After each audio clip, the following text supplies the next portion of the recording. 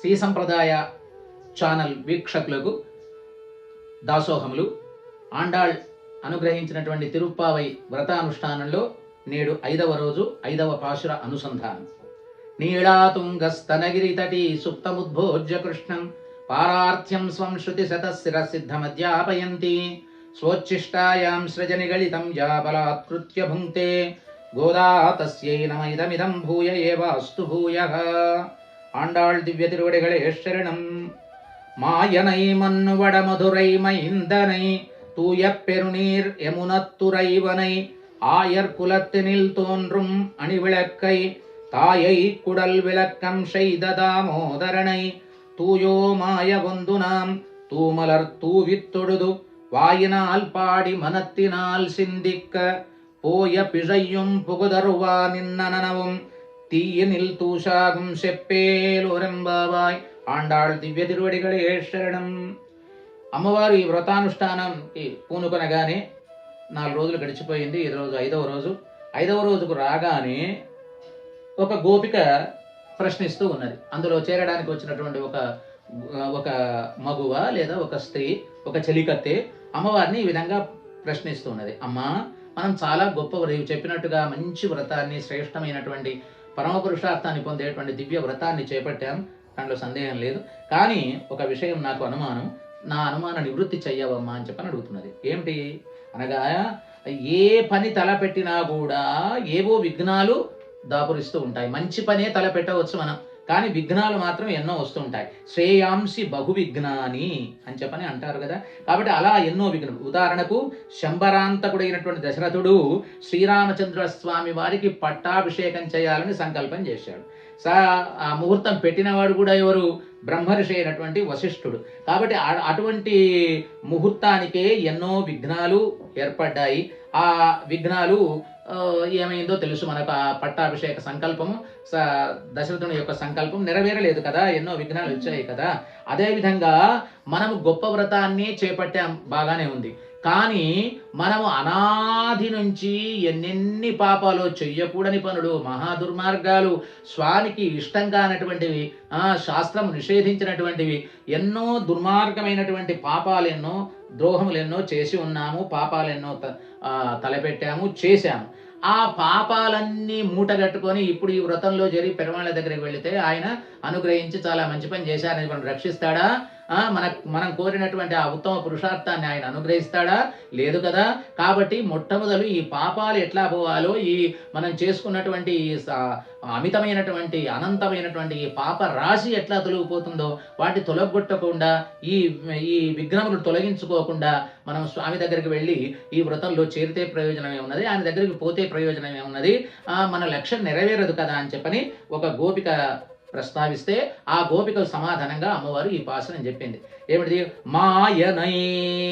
ఇక్కడ అవతరించినటువంటి మనం ఆశ్రయించబోయేటువంటి శ్రీకృష్ణ పరమాత్మ ఎవడో తెలుసిన?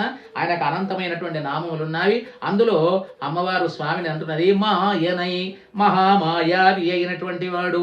ఇక్కడ మాయా అంటే లేనిది ఉన్నట్టు, ఉన్నది లేనట్టు చూపించేవాడని అర్థం కాదు. మాయావి అనగా మనకు అంతబట్టనటువంటి, మనం ఊహించడానికి కూడా వీలు కానటువంటి ఆశ్చర్యకరమైనటువంటి చేష్టలు చేసేటువంటి వాడు, అఘటనాఘటన దురంధరుడు అయినటువంటి స్వామి అని అర్థం. ఇక్కడ కృష్ణునికి ఏమని చెప్తున్నది? మాయావి. ఒక చోట మామాయన్ అని చెప్పనంటుంది. కాబట్టి మాయావి అయినటువంటి వాడు. ఎటువంటి వాడు అనగా మాయ చేసేవాడు, ఏదో ఐంద్రజాలికుడు అని అర్థం కాదు. ఆయన ఎటువంటి వాడు? అఘటనాఘటన దురంధరుడు.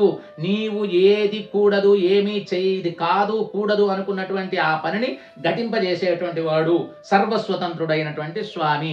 అటువంటి వాడు ఈ వైకుంఠ లోకంలోకి వచ్చి అవతరించినటువంటి వాడు. గొల్లలకు మతము పరత్వంగా పరాత్పరుడై ఉండేటువంటి పరమపదంలో ఉండేటువంటి స్వామి అంతవాడు ఇంతవాడై దిగి వచ్చి పరమ సౌశీల్యము, సౌలభ్యముతో కూడుకున్నటువంటి వాడై పరత్వాన్ని పక్కకు పెట్టి ఆ పరాత్పరుడే మన కోసం మన మధ్యలో తిరుగుతూ మనల్ని గట్టెక్కించడానికి ఆయన వచ్చాడు కదా. అటువంటి వాడు ఇక్కడ ప్రవర్తించడానికి వచ్చినటువంటి ఇతను మాయావి, మహామాయావి అంటున్నది. మన్ను వడ మధురయి అంటున్నది.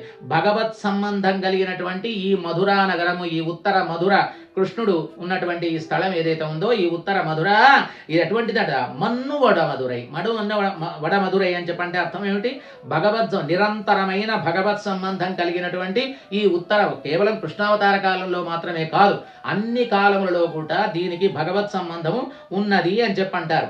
ఈ భగవంతుడు వామనుడుగా ఇక్కడ తపస్సు వామనావతార కాలంలో వామనుడుగా ఇక్కడ తపస్సు చేసినటువంటి స్థలం సిద్ధాశ్రమం అనేటువంటి ఏర్పాటు చేసుకుని ఈ మధురా క్షేత్రంలోనే ఉత్తర మధురలోనే ఆయన తపస్సు చేసుకున్నాడు. ఎవరు వామనావతారంలో ఆయన తపస్సు చేసినటువంటి సిద్ధాశ్రమం ఇక్కడనే ఉంది. తర్వాత రామావతార కాలంలో శత్రుఘ్నుడు లవణాసురుణ్ణి ఈ ప్రదేశంలోనే ఈ మధురా క్షేత్రంలోనే వాడిని చంపివేశాడు. శ్రీకృష్ణుడు అవతరించినటువంటి నిరంతర భగవత్ సంబంధం కలిగినటువంటి మన్ను వడ మధురై ఉత్తర మధురా నగరంలో ఆయన అవతరించినాడు. శ్రీకృష్ణావతారుడై వైకుంఠం నుంచి ఇక్కడికి వచ్చి వైకుంఠాన్ని విడిచిపెట్టి మనలో ఒకడుగా మనల్ని రక్షించడానికి మనల్ని ఉజ్జీవింపజేయడానికి ఆయన ఇక్కడికి వచ్చాడు తల్లి మనం రక్షించడం కోసము అని చెప్తున్నది. మైందనై అతడు ఎటువంటి ప్రభావం కలిగినటువంటి వాడు మామూలు వాడు అనుకుంటున్నావా? ఆ ఉత్తర మధురా నగరికి అంతటికి కూడా ఆయన్నే అధిపతి సర్వలోకాలకు అధిపతి అయినటువంటి వాడు ఉత్తర మధురాధిపుడై పరమసులభుడై మన దగ్గరికి వచ్చాడు. అతని ప్రభావం చాలా గొప్పది తల్లి అని చెప్పని అంటున్నది. అవతరించిన క్షణంలోనే ఏం చేశాడు ఆయన? అవతరించగానే ఏ తల్లిదండ్రులు ఏ జైల్లో ఉండి సంకెళ్లలో కట్టుకొని ఉన్నారో ఆ తల్లిదండ్రుల సంకెళ్లను విడిపించినటువంటి ప్రభావం కలిగినటువంటి వాడు స్వామి అవతరించినటువంటి ఆ ఉత్తర క్షణంలో ఆ తల్లిదండ్రులకు చేతులకు కంసుడు బేడీలు వేసి బంధంలో ఉంచాడు కదా, వాళ్ళ యొక్క బంధములు తొలగిపోయినవాడు, వాళ్ళ బంధాలను తొలగించినటువంటి వాడు. వాళ్ళ బంధాలే కాదు మన అందరి చేతనుల యొక్క బంధములు తొలగించగలిగినటువంటి శక్తి సామర్థ్యం ప్రభావం కలిగినటువంటి వాడు ఈ కృష్ణ పరమాత్మ. ఆయన తల్లి మాయావి ఇక్కడ అవతరించినటువంటి వాడు. ఆయన పసివాడుగా ఉన్నప్పుడే చిన్న పిల్లవాడుగా ఉన్నప్పుడే కంసుని లాంటి రాక్షసుణ్ణి సంహరించాడే.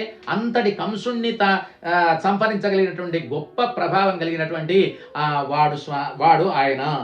తూయ పెరునీర్ యమునత్రవేని ఆయన ఎక్కడ ఆయనకు ఒక పేరు యమునా తీర విహారి అని చెప్పనిపాడు. అటువంటి యమున ఎటువంటిది? యమునకు ఎక్కడి నుంచి ఆ గొప్పతనం వచ్చింది?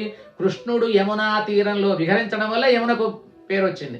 కాబట్టి అటువంటి యమునత్తురైవనై ఆ యమునా నది తీర విహారి యమునా తీర రసికుడు అని ఆయనకు పేరు కదా. ఆ యమున ఎటువంటిది? తూయ పెరునీర్ చాలా అగాధమైనటువంటిది సమృద్ధమైనటువంటి నీరు కలిగినటువంటిది. తూయ పెరునీర్ తూయ అంటే చాలా అగాధమైన లోతైనది అని అర్థం. తర్వాత పెరునీర్ అంటే ఎంతో అద్భుతమైనటువంటి గొప్ప నది పవిత్రమైన నది అని అర్థం. కాబట్టి అటువంటి యమునా నది అని యమునకు ఈ రెండు కూడా ఇచ్చారు. అయితే ఇక్కడ విశేషం ఏంటంటే రావణుడు సీతాదేవిని అపహరించుకొని పోయినప్పుడు తర్వాత ఆ గోదావరి నది దగ్గర నుంచే ఆయన వెళుతూ ఉన్నాడు. రావణుడు సీతాదేవిని అపహరించి వెళుతూ ఉన్నాడు. వెళుతూ ఉండేటువంటి సందర్భం లోపల పాపం సీతాదేవి మొత్తుకున్నది. ఏమని చెప్పానంటే గోదావరితోనే అమ్మ నీవన్నా చెప్పమన్నా రావణుడితో ఇట్లా నన్ను రావణాసురుడు అపహరించుకొని వెళ్ళిపోతుండా అని చెప్పవమ్మా అని చెప్పని సీతాదేవి ప్రార్థిస్తే రావణుడికి భయపడినటువంటి గోదావరి నది రాముడితో లేదా రామ పరివారంతో ఈ విషయం చెప్పలేదు. అంటే రావణుడు అపహరించుకోవడైనా తెలిసి ఉన్నప్పటికీ కూడా ఆ గోదావరి నది చెప్పలేదు. అందుకోసం అది అపవిత్రత దానికి చోటు చేసుకున్నది. అటువంటి అపవిత్రత ఉన్నది దానికి ఏది గోదావరి నదికి. మరి అటువంటి గోదావరి పవిత్రత ఎట్లా వచ్చింది అని చెప్పంటే దానికి అర్థం చాలా మరోసారి చెబుతాం. కాబట్టి ఇక్కడ చెప్పలేదు. కానీ అటువంటి కాదు ఈ యొక్క యమునా నది. యమునా నది ఏం చేసింది? కృష్ణ పరమాత్మ ఆయన పుట్టగానే ఈ ఇక్కడి నుంచి అది యమునా నదిని దాటి కదా ఎక్కడ తీసుకువెళ్ళాడు? నందవ్రజంలోకి తీసుకువెళ్ళి నందుని ఇంట్లో యశోద పక్కన పడుకొని పెట్టి వచ్చాడు వసుదేవుడు. అలా వెళుతూ ఉన్నప్పుడు యమునా నది కంసుడికి భయపడి దారి ఇవ్వకుండా చేయలేదు. దారి ఇచ్చింది ఎవరికి? వసుదేవుల వారికి కృష్ణుని తీసుకొని నందవ్రజం వెళ్ళడానికి దారి ఇచ్చి అతనికి సహకరించినటువంటిది పవిత్రమైనటువంటి ఈ యొక్క యమునా నది. అటువంటి పవిత్రత దీనికి ఉన్నది. గోదావరికి అటువంటి పవిత్రత లోపించినటువంటిది అని చెప్పని అంటారు. వసుదేవునికి త్రోవ ఇచ్చినటువంటి నది. ఇక రెండవ విశేషణము తర్వాత ఈ పవిత్రమైనటువంటి పవిత్రత గోదావరి లేని పవిత్రత దీనికి ఉన్నది. ఎట్లా ఉన్నది అని చెప్పంటే గోదావరి ఏమో చెప్పలేకపోయింది ఆ విషయాన్ని. ఈ యమునా నదేమో దారి ఇచ్చింది వసుదేవునికి. అదేవిధంగా మళ్ళా మరొక పవిత్రత ఏమిటంటే ఇక్కడ గోపికలు శ్రీకృష్ణ భగవానుడు అంటే భగవంతుడు అయినటువంటి శ్రీకృష్ణుడు భాగవతోత్తములైనటువంటి ఈ యొక్క గోపికలు ఇద్దరు జలక్రీడలు ఆడేవారు యమునా నదిలో. ఇద్దరి యొక్క ఆ సంబంధం చేత ఈ భాగవత సంబంధం కలగడం చేత ఈ యొక్క యమునా నది అతి పవిత్రవంతమైనటువంటి నదిగా పేరు పొందింది. ఊరు పేరు ఏరు. ఊరు మధుర, తర్వాత కృష్ణుడు మాయావి కృష్ణుడు, తర్వాత ఏరు యమునా నది. కాబట్టి ఇవన్నీ కూడా పవిత్రమైనటువంటిగా పేరు వరిసినవి.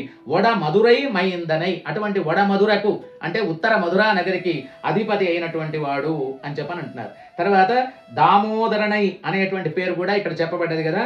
దామోదరణై అని అంటే అర్థం ఏమిటి? దామోదరుడు అనేటువంటి పేరు పరమాత్మకి ఇక్కడ ఈ దానిలో ఏం పేరు చెప్పారో దామోదరుడు, తల్లి చేత రోటికి కట్టబడినటువంటి అతని యొక్క సౌలభ్యాన్ని గుర్తుగా ఆ దామోదర నామం చెప్పబడ్డది. అటువంటి దామోదర అనేటువంటి పేరు యమునత్తురైవనై వడమధురై మైందనై ఊరు మధురా నగరం. తర్వాత పేరు ఏమిటి? దామోదరణై దామోదరుడు. తర్వాత ఏరు యమునా నది, యమునత్తురైవనై అని చెప్పని యమునకు. ఇట్లా ఈ మూడింటి ప్రకారంగా కూడా ఆ యొక్క ఊరు పేరు, తర్వాత ఏరు, తర్వాత నది, అవన్నీ కూడా పవిత్రంగా చెప్పబడుతూ ఉన్నాయి కృష్ణ సంబంధం చేత. ఆయర్ కులత్తినిల్ తోన్రుం అని విళక్కై అంటే ఆయర్ కులత్తినిల్ తాను ఉదయించినటువంటి తాను పుట్టినటువంటి గొల్ల కులానికి మంగళ దీపంగా వెలుగొందినటువంటి వాడు స్వామి. ఆ గొల్ల కులానికి కంటే కూడా మంగళ దీపం ఎవరయ్యా అంటే ఎవరు? కృష్ణ పరమాత్మయ్య. ఆ గొల్ల వాళ్ళందరికీ కూడా గొల్ల కులానికి అంతటికి కూడా ప్రకాశమానంగా వచ్చినటువంటి వాడు. అందుకోసమే చెప్తారు కృష్ణ పరమాత్మ యొక్క అవతార విషయంలో దేవకి పూర్వ సంధ్యాయాం ఆవిర్భూతం మహాత్మన. దేవకి అనటి పూర్వ సంధ్యయందు ఆవిర్భవించినటువంటి వాడు. ఆవిర్భూతం మహాత్మన, మహాత్ముడైనటువంటి ఈయన ఆవిర్భవించినాడు, ఉదయించినాడు అని చెప్పని చెప్తారు. శ్రీవైకుంఠంలో ఈ సౌలభ్యానికి సౌశీల్యానికి మరొకటి ఏమిటంటే సౌలభ్యానికి సౌశీల్యానికి ఇటువంటి ఔదార్యానికి కాస్త ప్రకాశం తక్కువ.